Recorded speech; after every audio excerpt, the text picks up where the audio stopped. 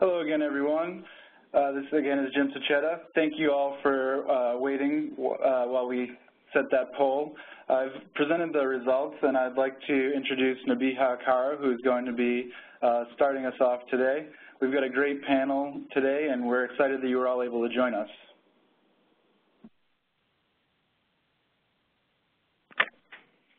Thank you so much, Jim. Hello, everyone, and welcome to our second webinar in the Ariadne Labs Checklist for Quality Improvement series. My name is Nabiha Akara, and I'll be your host for today's webinar. Thank you all for joining us today. Our topic today is best practices along the implementation pathway, specifically the engage piece. Before we begin, let me have our colleague Jim explain how to use the WebEx function so that we can all make the most use of today's webinar. Thanks, Nabiha. So as you can see, I'm just going to forward this slide along. There's a chat function that's on your right-hand side of your screen, and that's going to be the best way to communicate with us today. You can ask a question to us at any time, and we'll be able to forward that question on to our panelists. We're going to have a discussion portion at the end of the call, and there's a function that's also on the right-hand side of your screen. You should see a little hand icon, and that function allows you to raise your hand, and we'll be able to unmute your line. So at the end of the call, we'll be using that functionality, and hopefully we'll get some people that will be able to voice some questions and share some experiences with us. But again, the chat function is the best way throughout the call to connect with us. You can ask us questions, or if you have any technical needs, please send those along to the host. And I'd like to send it back to Nabiha to introduce our panelists. Thanks, Jim. I'd like to introduce our panelists for today's webinar. We are grateful to have, all the way from Nigeria, Dr. Rosemary Ogu. She's an obstetrician gynecologist from the University of Port Harcourt Teaching Hospital in Nigeria.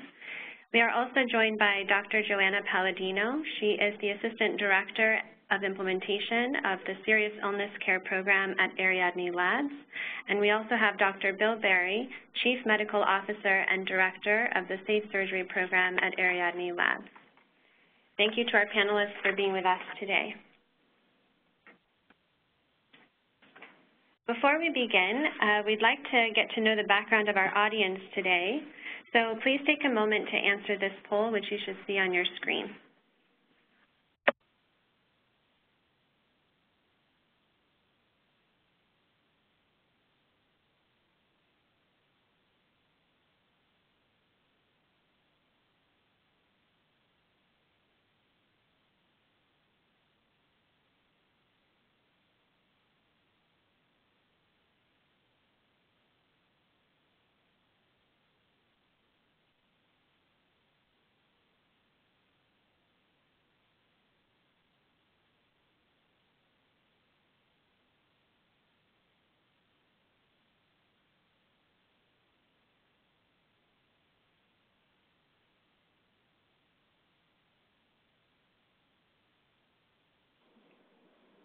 Thanks, everyone, for completing the poll. I'm closing it now, and you should see the results in just 1 second.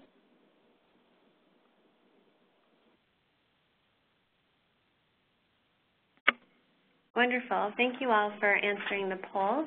It looks like we have quite a big constituent of public health professionals, followed by healthcare providers. And we also have researchers and administrators here today.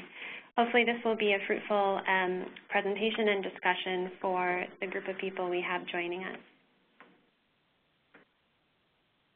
Before we dive into today's topic, we'd like to just go through the roadmap for the webinar series on checklist implementation. As a reminder and a summary of where we are to date, in our first webinar in June, we presented an overview and development of the WHO's Safe Childbirth Checklist.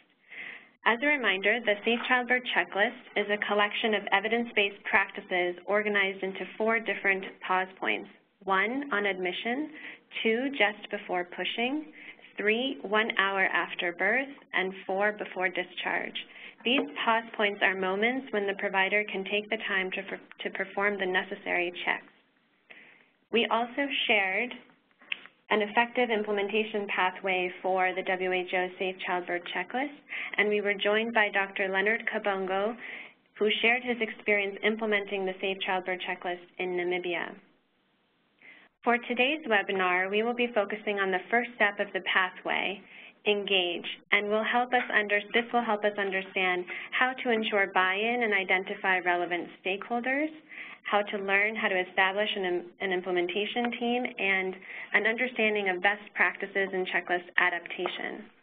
This step enables champions and teams to effectively prepare to implement and support use of the Safe Childbirth Checklist. In our next webinar, we will be moving along the implementation pathway to discuss launch, which is formally introducing the Safe Childbirth Checklist to staff and other stakeholders through a participatory event. Today, we will have the pleasure of hearing from Dr. Palladino and Dr. Berry at Ariadne Labs, who have championed efforts in checklist and quality improvement tool implementation. We will be drawing from experiences across our programs in surgery, serious illness, and childbirth to share lessons learned in the engage process of implementation. We'd like to take the opportunity to understand some of the biggest implementation challenges that you have experienced at your facility or organization. So please take a moment to answer this poll before we begin.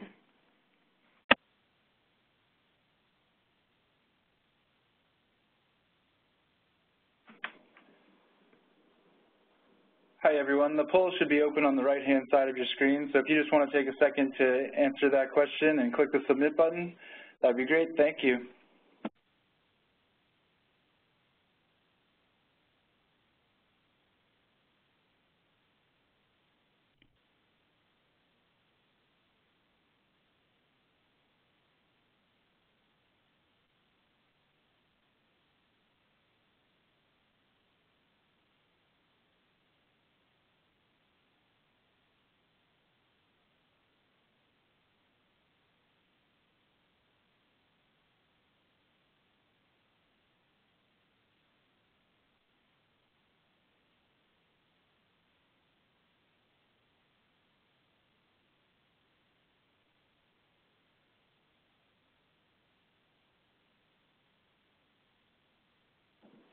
Thank you all for completing the poll. You should be able to see the results now. Thank you all. So according to our poll results, it looks like many of our participants today have not implemented the checklist, and we do have a group that, in terms of challenges to implementing the checklist, are facing a lack of resources, personnel and/or materials, as well as lack of leadership support and commitment. This will be an important webinar for the range of participants we have today and their experiences, so we hope that we can engage in a fruitful discussion at the end of the webinar in the question and answer period.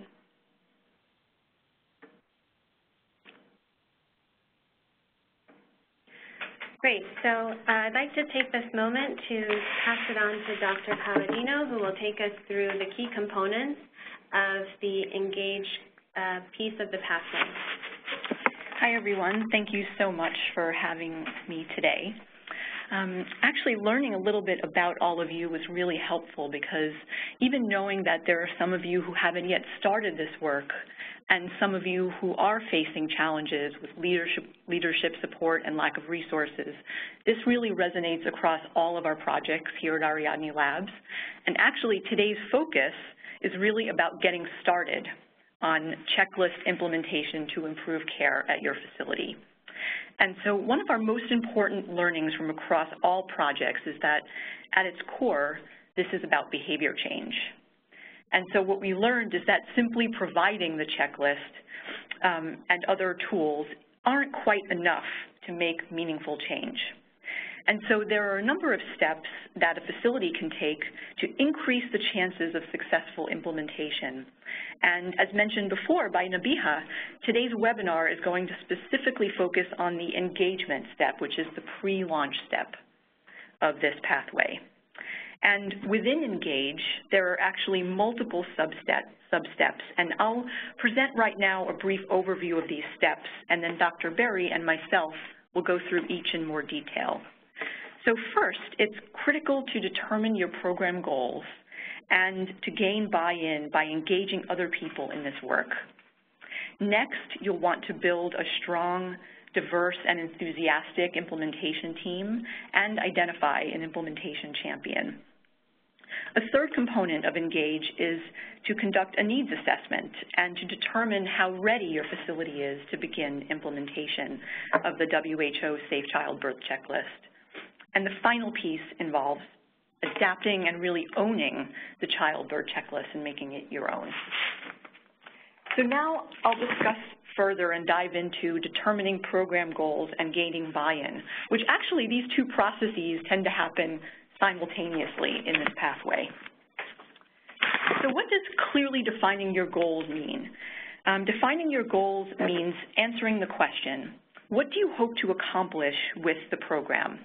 For example, you might think of such things as, how will the Safe Childbirth Checklist benefit mothers and neonates at my facility? You might also ask, what impact will it have on staff and their empowerment and efficacy in improving these practices? Those are just a couple of examples, but it will be important for you to answer that question for your own facility. And as part of that, after your determined goals, it can really help to craft a mission statement that really serves as a guiding light for what you hope to accomplish with the program. And the process of setting goals can actually do two really important things. One, if it's approached as a collaborative effort with other stakeholders, it's a way of giving everyone a voice in this early step of the process and aligning everybody around the goals of the program. And the second thing is that setting goals can help keep your team and everyone else on track and to not lose focus by knowing where you're starting and where you want to go.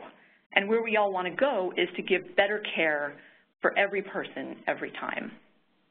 And this is a photo, actually, on this slide of an Engage session. As you can see, everybody's together in a room talking for the WHO Safe Childbirth Checklist in Uttar Pradesh in India.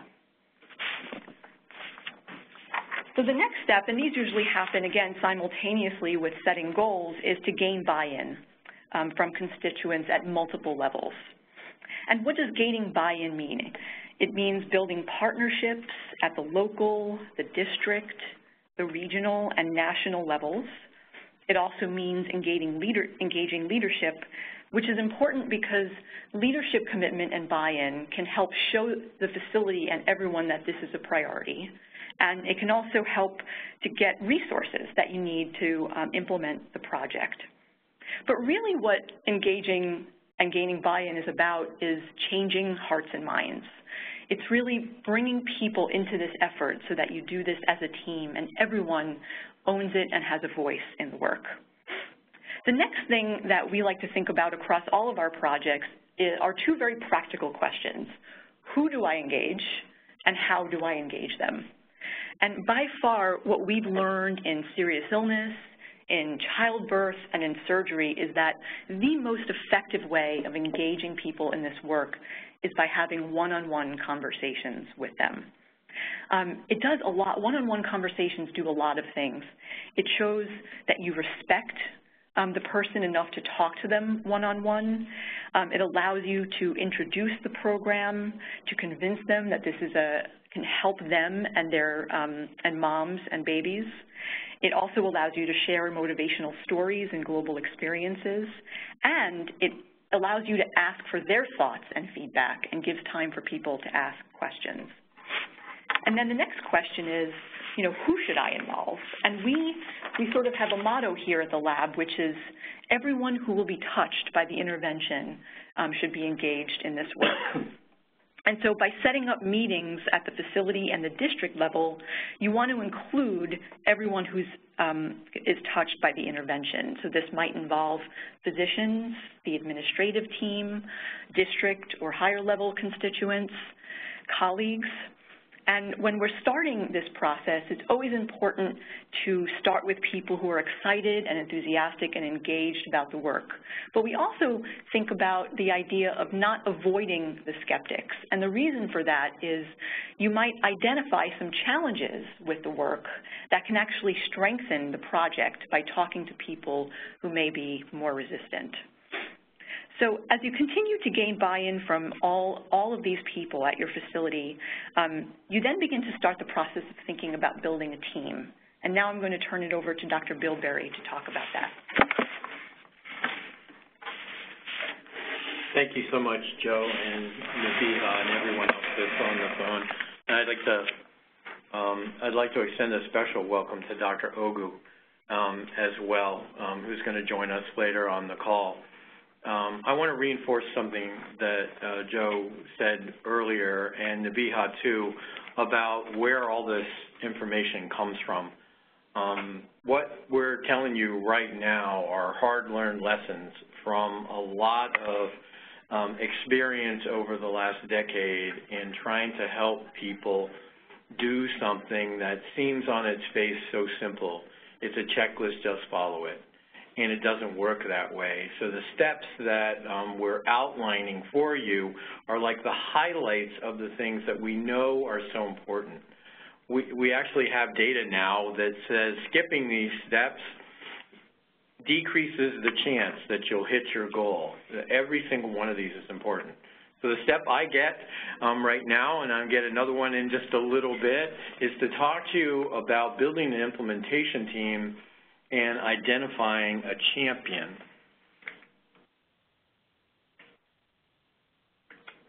There we go. It takes time and effort and energy to do this work, and we really believe that doing it alone isn't the way that you should do it. One of the characteristics of the places that are most successful in bringing change to the clinical front line, the place where care is actually delivered, are places that can find a passionate champion. Now, it doesn't mean you can't do the work without a champion, but I think that at this stage in the process, you need to work really, really hard to try and find somebody. And I believe deeply that the people that work in a healthcare facility actually know who that champion might be, even if they don't raise their hand. But I think finding that person is really, really important. You need to find somebody who people look up to. It doesn't mean they need to be the boss or the chief or a supervisor, because a lot of times that's not the case. The person that people go to for advice on the front lines a lot of times makes a great champion, whether they hold a formal title or not.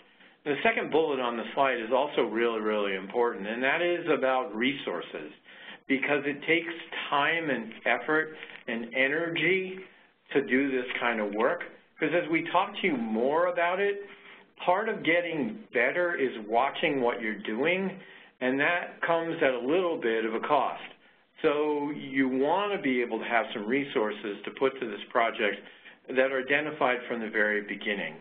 I mean, even for all of you today, you're giving some of your time to us. And you know, obviously that comes with attending a webinar. But for anybody you ask for help, it's actually a good idea right up front to give them a little bit of idea how much time you're going to ask them for. And this last thing, I think, is absolutely critical when something like the childbirth checklist really takes a team of people to do, right? It's one thing if you're using a checklist and it's just for you. If you're preparing to go on a trip or studying for an exam and you want to have a list of things you want to make sure that you remember to review, that's fine. You can make it by yourself. You're the only one that's going to use it. But when you work on something like this, it's so important to build a multidisciplinary team. And for me, the same rule plays that Joe just touched on about who do you talk to. The team ought to have somebody from every discipline that's going to be touched by this work. And so let me go to the next slide, which talks specifically about building that team out. So what do I mean? everybody who might be touched. And you can imagine for the childbirth checklist and the birthing process itself, the patient literally is touched by a bunch of people, as well as the baby after it's born, but the care process is touched by even more. So this is just a list to start with of things you might think about. It might apply in your facility or the places where you work or might work, or it might not. But doctors and nurses, birth attendants, pharmacists, lab technicians sometimes, administrators, the people who are actually going to do the coaching, and other people who might be touched by it. If the people that sit at the front desk and receive the patients or do triage at the front of the center are really important to the process, then honestly, you ought to think about having them included on the multidisciplinary team. But please build a team, and please try and find a champion.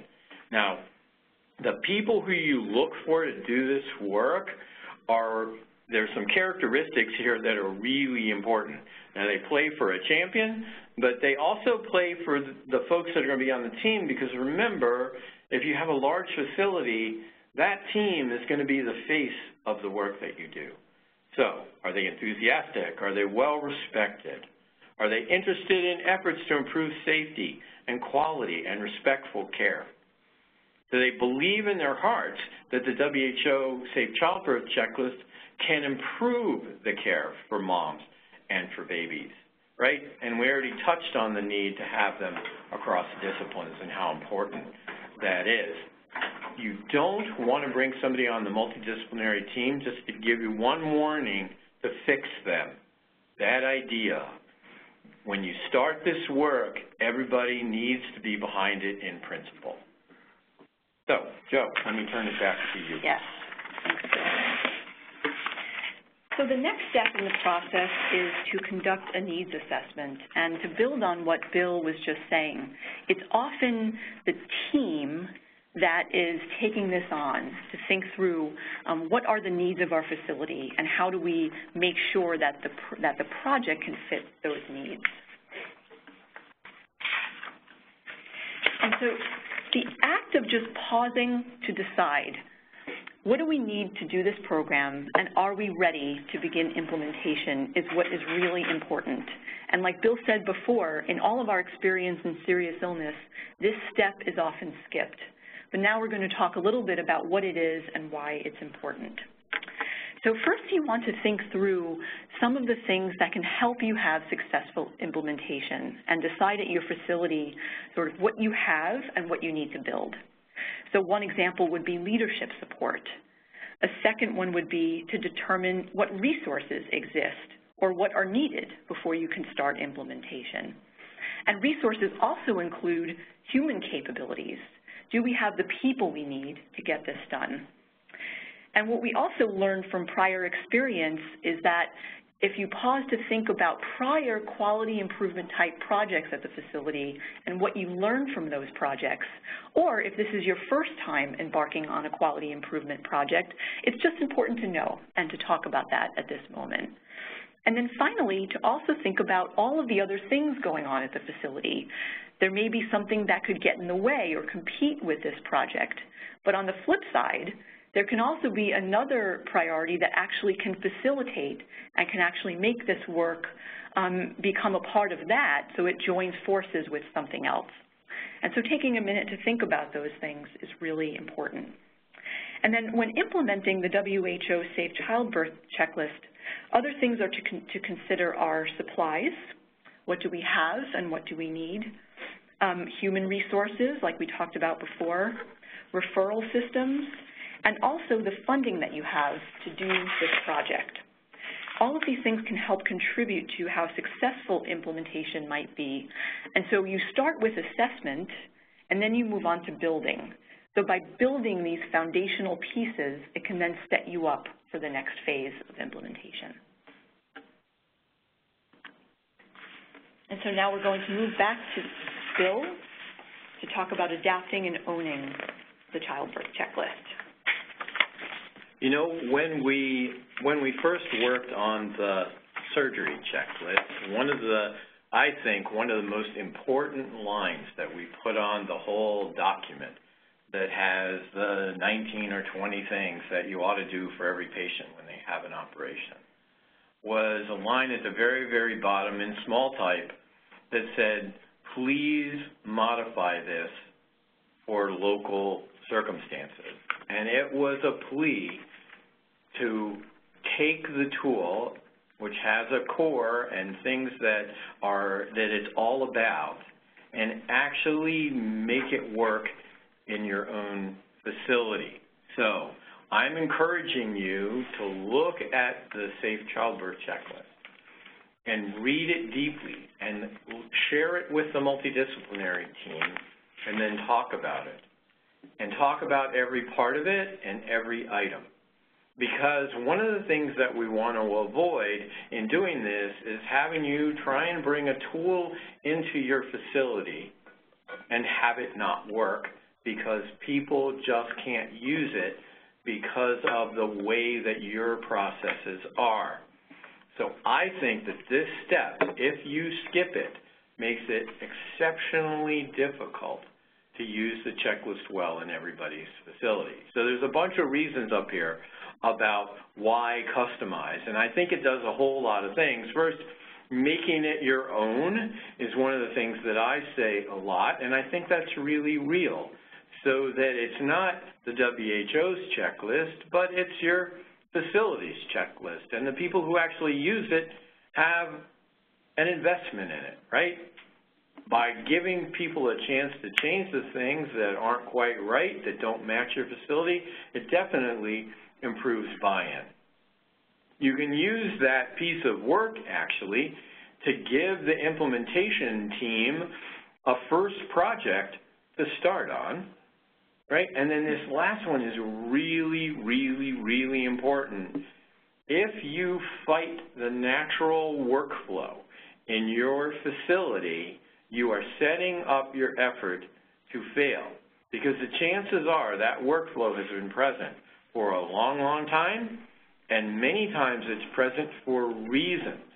The workflow is built around the people, and it's built around the processes that those people do all the time, and if you don't respect those, the checklist will get put down, and it won't get looked at. So you need to think about all these things.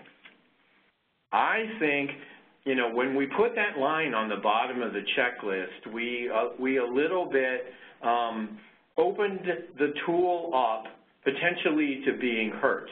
And the trade-off was we want people to actually use it, right? But you can modify all the goodness out of any of these checklists by removing things that take away the spirit of the checklist. So what I say to people is read the checklist, know the checklist, change the checklist, respect the goals, keep the spirit, because that's what really matters. The exact words, they don't matter. And if you speak a different language, they're going to change anyway, absolutely. But keeping the essence of it is what's really, really important. So keeping things like the 4 pauses, right? Those suggested pauses have been thought out by experts from around the globe. They are really important, and you don't want to take your checklist and collapse it into one thing. Now, it doesn't say you can't start working on one pause. You absolutely can, and that's a way to do this, and we'll talk about that more later. But keeping the framework is really important to the effectiveness of this tool. Don't ask the checklist to carry more things than it can possibly carry. That's a huge mistake. Use language on your checklist that people can understand. Always, at a minimum, put your facility on it. Again, this idea of ownership. Now, we want to respect the origin from the WHO, so credit needs to go on the checklist someplace, but at the top of it, it ought to have the name of the facility. And keep the design simple and easy to read. There's a reason why it looks the way it looks right now, and that's because things that look really hard to read, guess what? People don't read them.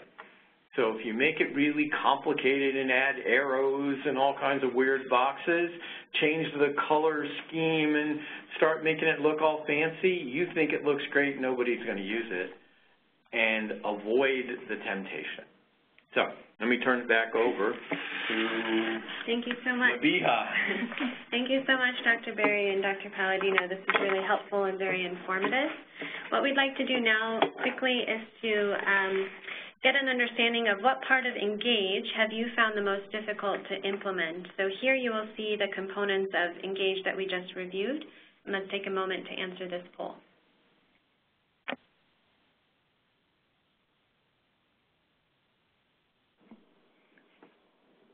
Hi, everyone. The poll is open on the right-hand side of your screen, so if you just want to take a second and answer that, and please just hit submit. Thank you.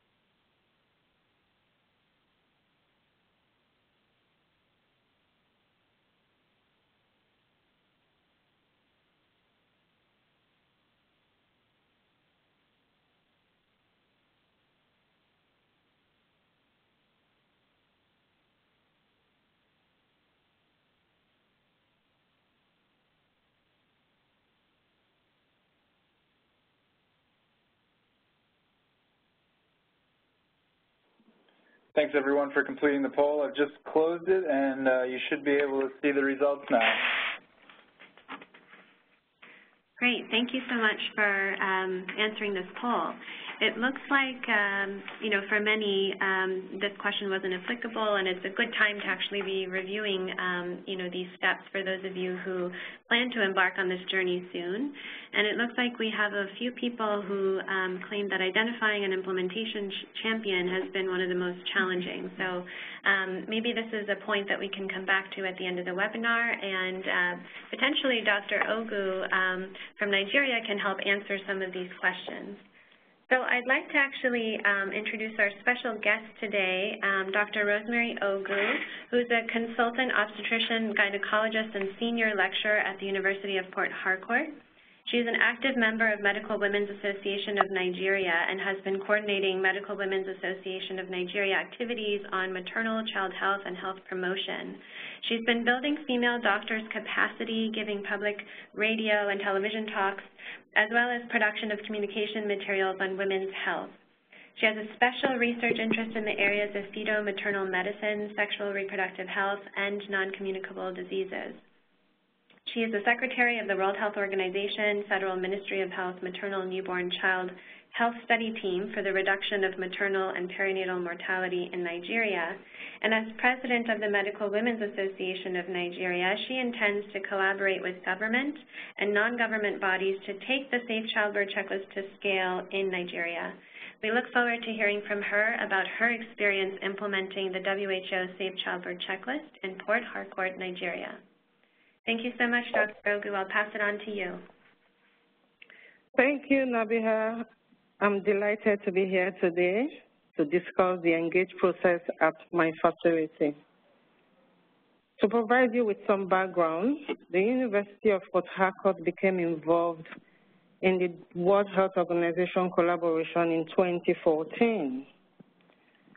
It was a collaboration between the World Health Organization, Ariadne Labs, and other sites. We were one of the 234 sites to explore factors that influence the use of the checklist in diverse settings across the world. We were chosen as a low-resource setting. In Africa, there were 8 countries that were part of the collaboration: Nigeria, Kenya, Tanzania, Ethiopia, Uganda, Guinea, Ghana, and Sudan. In addition to these sites, there were also many more sites from a total of 29 countries. For the collaboration, we had many individuals involved, mostly OBGYNs, chief nursing, and midwifery officers. As part of efforts to reduce maternal morbidity and mortality, the World Health Organization had piloted the Safe Childbirth Checklist collaboration in selected centers between 2012 and 2015. The purpose of the collaboration was to share experiences, results, and lessons learned from implementing the checklist. The Better Bet study had commenced, and so for the collaboration study, the research was to focus on usability and sustainability. We're very excited about the checklist. If you see, as we move on, you will see that maternal mortality is a huge problem in Nigeria. And poor quality of care is a key factor for the maternal mortality rate. The most recent maternal mortality rates for Nigeria, if you check online, is 814 deaths per 100,000 live births. Unfortunately, if you look at the rates in 2010, it was 867 deaths per 100,000 live births. You can see that nothing much had changed. Infant mortality rate, perinatal mortality rate, Nigeria has one of the highest in the world. So even though we say the numbers delivering in hospital is few, if you see that about only 36% of women deliver with skilled attendants, you would see that even among those delivering in hospitals, the number dying was high, very high. And so there's several interventions going on to rectify this scenario. Respectful maternity care is ongoing. Non-punitive audits have been called for. They are slowly being implemented. But WHO had done its own as well. How is my hospital? Where is my hospital? The University of Port Harcourt Teaching Hospital is situated in Rivers State, southern Nigeria. Rivers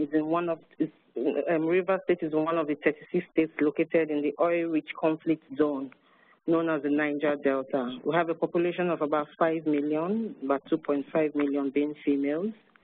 The University of Port Harcourt Teaching Hospital provides primary, secondary, and tertiary healthcare services to the entire state and to neighboring states. Our department, the Department of Obstetrics and Gynecology, was founded in 1979. Currently, we have 24 consultant obstetricians with 50 resident doctors and about 100 nurse midwives in our department. Our labor ward complex has 12 beds in the first stage room and 4 beds in the delivery suite. The antenatal ward has 40 beds in the line-in ward and 71 beds in what we call in the postnatal ward. We also have unbooked patients. That's patients who are not registered in the hospital who come to deliver. And approximately every year, we have about 600 unplanned emergencies every year. The annual delivery rate for our hospital, it ranges about 3,000 per annum. Cesarean section rate is very high at 40% for those registered in the hospital. And for those who didn't register for antenatal care in the hospital, cesarean section rate is about 60%. The 2013 maternal mortality figures for my hospital was 143 per 100,000 live births among those who are registered in the hospital, and 7,857 per 100,000 live births among those who didn't register for antenatal care. So when you compare with what the world has, with what we're talking about, you can see that the rate for the University of Port Harcourt Teaching Hospital is very high. And I believe it's so because this is actual, this is what it is. It's not being dampened by anything. So how did we engage in Port Harcourt?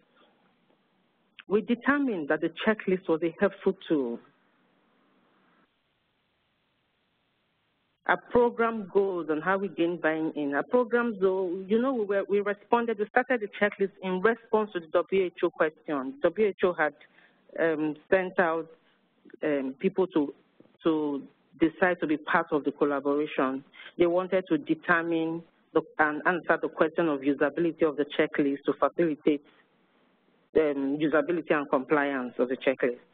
So arising from the WHO call for proposals for the Safe Childbirth Checklist collaboration, and in addition to the findings that we have had from an earlier study that we carried that was part of the Safe Motherhood Committee of the Society of Gynecology and Obstetrics of Nigeria. From that committee, this research that we carried out found that Evidence-based interventions were not being used by healthcare providers in the management of direct obstetric causes of maternal mortality. So we in SOGON is the Society of Gynecology and Obstetrics of Nigeria, we already know that there were problems.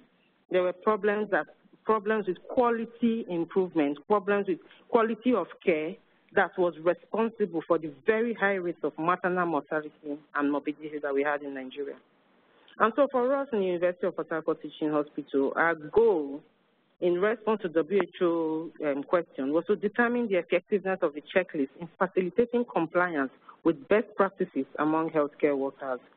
We also wanted to determine the factors that enhanced sustainability in the use of the checklist. After determining these goals, we then identified the team, the implementation team and champions. You've been hearing of champions and implementation team. I was identified as a champion by the Medical Women International Association based on my track record. I'd attended conferences in Ghana, in Germany, in Korea between 2007 and 2013, and I had presented papers on reducing maternal mortality and morbidity. I had also presented the findings of the SOGON Safe Motherhood Committee to the Maternal Child Health Task Force. So when this issue of checklist collaboration came up, I was identified by the Medical Women International Association. The WHO, the Medical Women International Association rep to the WHO said, Rosemary, you can do this. And so once I was identified, I co-opted members from within the department. We have about 10. That's me and the nurses on that slide there. We're about 10 in number, nurses, midwives, doctors, obstetricians. And these were identified one-on-one based on how they were with their job, those who were committed to work, those who were passionate with their jobs, passionate about work. Once we established the team, we looked to see if we had the necessary resources to implement and how to make this happen. So we had to do a readiness survey. Based on what Bill and Joe had shared previously, you know you need to do a needs assessment, you need to do a readiness survey. For our needs assessment, we had gotten that from the SOGON research because the next step is how to prevent or how to make healthcare workers use best practices. Okay? And so if you remember type 1 delay, type 2 delay, type 3 delay, we can't do much about type 1 and type 2 delay in the hospital, but type 3 delay, with the checklist, you can overcome all that. And so when we were ready to implement, we looked at our readiness assessment. We didn't actually have all the supplies we needed, but we had a process to advocate for supplies. We had leadership support. The hospital management was supportive and gave letters promptly. We had human resources in terms of dedicated staff. Our head of department was committed and allowed the use of office machinery to print checklists. We had quality improvement experience at our facility before now. We had done this kind of work before in that we do reviews, we do clinical meetings, we do maternal mortality review meetings, and we do perinatal mortality audits. So because we had a prior experience with quality initiative, we had a culture that whatever needs to be changed, we were ready to change it. People were sensitized already to having discussions about areas for improvement and success. So we felt we were ready to go. At the same time, when we were trying to implement the checklist, we had no competing projects. So because we had all this in place, we felt we were ready to implement. We first of all did a pilot, and that's really important. You need to adapt the checklist. So you need to adapt and own the checklist. We did a pilot, and we decided to adapt the checklist to fit our environment. We included the patient's name at the top of the checklist. And then we adapted the part. There's a part on the checklist that tells you that the birth companion is encouraged to be present at birth. The birth companion should be able to call if danger signs are present. But if you recall how I told you about my facility, we have a very small labor ward complex. And so we do not allow companions to stay there. We have just one open first stage room, 2 open first stage rooms. So you have 6 people in first stage room, and you have companions in there crowded, so we don't allow that. So we had to adapt our checklist to fit our setting. We had a meeting in the labor ward, and all checklist users were encouraged to contribute to adapting the checklist, and those edits were incorporated. They were requested and they were incorporated. Now you can see the checklist in my facility. Located in the labor ward, the document delivery trolley contains all the forms needed for patient care. Next slide, please. That's the checklist in my facility. You can see the labor ward with the pink curtains, and that's the checklist where you have the document delivery cards. So again, what was the question we wanted to answer? We wanted to know if the checklist used would facilitate compliance with best practices among healthcare workers. What did we find when we did the project? Our project was a descriptive cross-sectional survey. That was the design. Anything you want to do, you need to do it in the line of research. That's the only way you are actually going to see what came out of what you did. So this was necessary. Descriptive cross-sectional survey, we had a mixed method, quantitative and qualitative methods were used. So for the questionnaire surveys and then focus group discussion, we had a total of 26 midwives and 38 doctors participating. And our findings showed that the patients were counseled more frequently and professional standards of care improved when the checklist was used. The physical presence of the checklist in the labor ward actually enhanced sustainability. These are some of the quotes that we got from the focus group discussion. Using the checklist helped me to counsel patients better. Labor ward staff confirmed that the use of the checklist made patient counseling a necessity. For example, on page 1 of the WHO checklist, they are expected to check if a patient will call for help when needed. On the checklist itself, the various scenarios when help will be called for have been itemized. So if you truthfully want to fill the checklist, you needed to have first counseled the patient on those scenarios. So if you use the checklist, you would see the scenarios where you need to counsel patients, and you would actually counsel the patient. Using the checklist helps you to check your supplies and know what is available. Sometimes on taking over a shift, you may be so busy, you really don't know what supplies are available. It's true, it happens.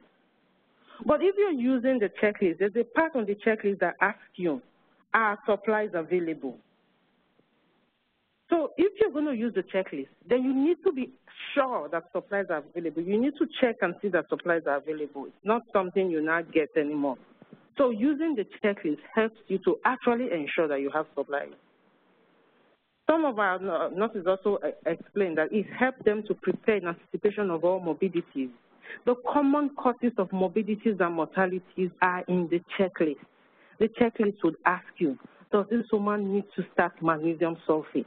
Does this woman need this? Does this patient need this? It's all there in the checklist. It's a single sheet of paper, but it's there. And so if you're going to use the checklist, you are going to really find out, oh, I have to check this woman's blood pressure. Oh, these are things that you normally would need to do, but sometimes you don't do them. We're all human. It's possible. But with the checklist, you don't do those things anymore. I remember to do all I'm supposed to do. The checklist used helps the healthcare provider to remember all he or she is supposed to do. You don't forget to commence antibiotics anymore. You don't forget to discharge the patient whose baby has not been examined. Think back. You were asked to go and discharge your patient. You go there, you write the discharge summary, your patient goes. But if you're going to fill the checklist starts asking you, does this baby need antibiotics? Is your paraumbilical area red? Are you seeing signs of inflammation and so on? So you now know that you need to check. So because you're using the checklist, you check the patient, you examine the patient, and you do your things more. So from this study, what have we learned? We have learned lessons. First, you need sufficient capacity of well-trained, motivated health workers to provide the necessary service to meet patients' needs. You need it. We also found that using the checklist facilitated health workers' compliance with best practices at the hospital. And even the mere presence of the checklist in the labor ward served as a reminder and promoted its usage. At the same time, using the checklist, we now saw that, look, we were just one tertiary institution. What was happening at the primary healthcare centers? So we had a one-on-one initiative with the chairman of the board, with members of the board of the primary healthcare board in Rivers State. And so we integrated the checklist program into existing primary healthcare facilities in Rivers State, and that led to a stronger adoption of the checklist. The board then invited me to do a training on the checklist. I conducted the training for them, and currently they are using the training in some facilities in Rivers State. And their findings are similar to what we have found: strong adherence to better best practices on the Safe Childbirth Checklist. Nabiha, I'm here. Over to you. Thank you so much. Thank you so much, Dr. Ogu. That was a fascinating experience to hear and learn about, and we really appreciate you sharing your thoughts on today's webinar. So, my pleasure. Thank you so much. Just very quickly, we'd like to take a moment to have you all answer this last poll. We have two questions here, which you should see on your screen. How likely are you to try using the WHO Safe Childbirth Checklist? And the second being, how likely are you to use a lesson, tool, or resource from this webinar?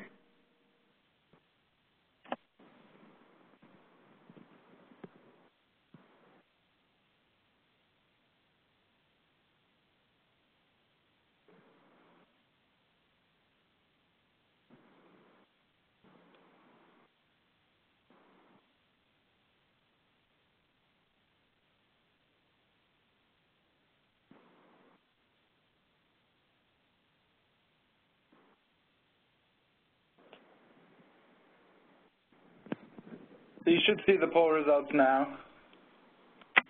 Wonderful. Thank you all. So we're pleased to see that for the first question, how likely are you to try using the Safe Childbirth Checklist, that there is a large constituent that's very likely and already using the checklist. And it would be interesting to learn more about how the checklist doesn't already apply to some of our participants' contexts, and how perhaps by adapting the tool, it could be a better resource for that given context. We're also learning that in terms of today's webinar, the likelihood of using a lesson, tool, or resource, that 80% of our participants are very likely. And what we'd like to do is continue this discussion through our portal, which we'll share more details about later, but we'd love to learn over time how the lessons, tools, or resources you're using are working in your given context, and what lessons you have to share with the wider global community. So I'd like to actually pass it back to Jim just to remind us how to ask questions if you have any, but in the meantime, we're going to respond to a couple that we received already, and I'll actually pass it to Dr. Palladino to answer one of the questions. Thank you so much, Nabiha. The first question we have is, if the facility has a quality improvement team, can that team be used to implement the Safe Childbirth Checklist? You know, and our response to that would be absolutely. We think it's so important to have a team that is internal to a facility own this process, so then they can champion it and continue to work on it throughout the lifetime of the work.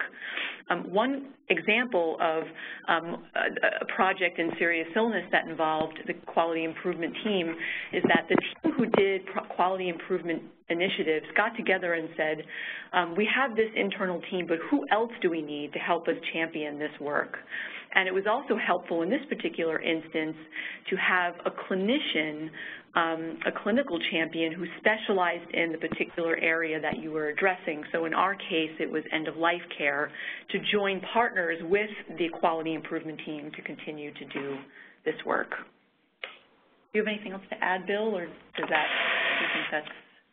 I agree 100%. I mean, you want enthusiastic and skilled people. You also, I think you also want to make sure that you've got frontline clinicians. One of the things that we've seen happen sometimes is the quality improvement team won't do that, and then they try and put what they think is appropriate tool, so that the lesson of like include multiple perspectives plays still. So if the QI team represents that already, not a problem. If they don't, then a little supplementation with clinical people is really helpful. Great. We actually have a question for Dr. Ogu. What would you say your next steps are at your facility or in a larger context in Nigeria? Well, next step, we were upscaling to the entire river state, and then we're hoping to do Nigeria as well. How do we do it? That's what we're working on right now. I'm happy to say that Ariadne, we're partnering. We're involving policymakers, we're involving primary healthcare centers and secondary and tertiary healthcare centers. We'll let you all know how we do, but we need to scale up. We need to scale up because with the use of the checklist, quality improvement is assured. Thank you. Thank you so much, Dr. Ogu. That's very helpful, and we look forward to hearing about the progress within River State as well as across the country. Thank you.